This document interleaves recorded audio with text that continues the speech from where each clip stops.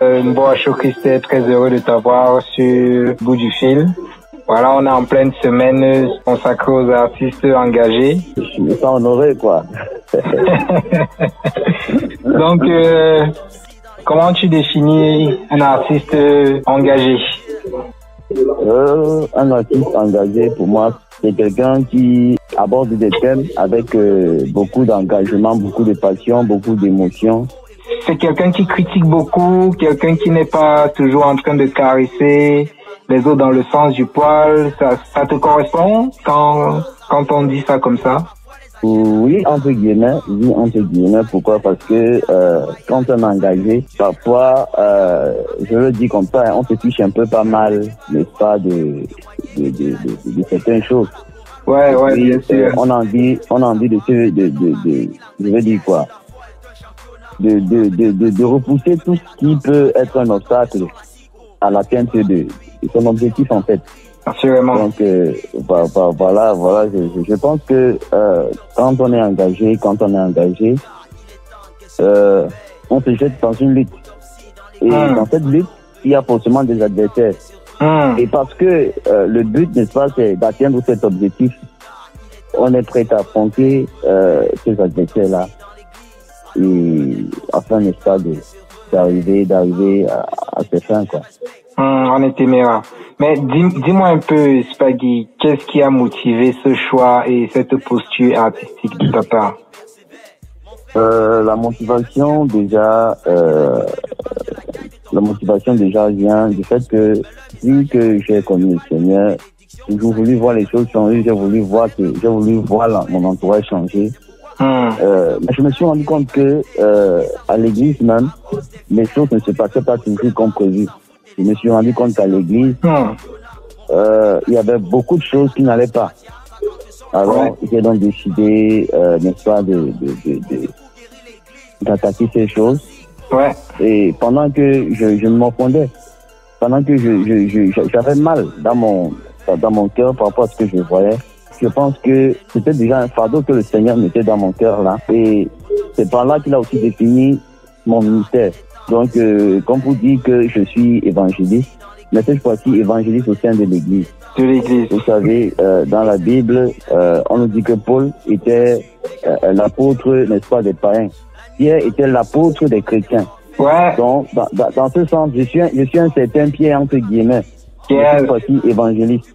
Yeah. Quelqu'un qui regarde ce qui ne va pas et qui, n'est-ce pas, ce fardeau de ramener à l'ordre des choses qui sont en train d'aller dans tous les sens, en fait. C'est clair. Donc, c'est aussi un appel. Dieu a au départ mis ce fardeau dans mon cœur et puis Dieu m'a aussi appelé, n'est-ce pas, à accomplir cette œuvre-là. Donc voilà. D'accord. Donc on va prendre deux dernières questions.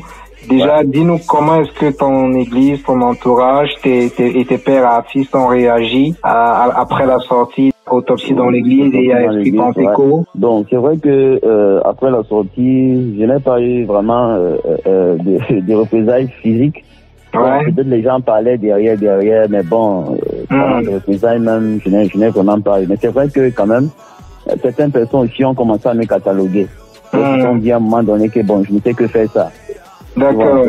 Donc, mais est-ce que tu as connu une certaine censure? Est-ce que il y a des gens qui te disent on ne peut pas te booker sur un événement, sur ce concert, sur ce show parce que voilà ton message il pose problème? Est-ce que tu as eu des choses de ce genre? Bon, pas forcément, mais c'est vrai que certaines personnes dans certains événements m'ont empêché de chanter. Voilà. De chanter certains titres. Wow. Voilà. Donc, non, c'est pas vrai. C'est pas vrai. Malheureusement, c'est ça, gars. Les personnes qui ont eu à le faire, quand même, me l'ont dit, du moins, me l'ont proposé, en fait, non pas obligé à le faire. Ouais, ok. Ils m'ont dit que, en fait, ces messages parlent aux gens de l'église, quand nous sommes dans un certain milieu, voilà, c'est pas mieux que tu le fasses, donc voilà. Donc, c'était un peu ça. Spaggy, dis-nous, dernière question avant qu'on se quitte. Est-ce que tu as d'autres chansons engagées en vue pour 2021? Ah oui. Bien sûr qu'il y a des trucs, Parce que tu sais, je me rappelle une fois, j'ai vu quelqu'un venir te dire, Spaggy, c'est pas comme ça qu'on t'a connu. Tu es déjà en train de diluer ton message. Ah, ouais. Je me rappelle, je pense que ça devait être mon dernier ou l'avant-dernier single.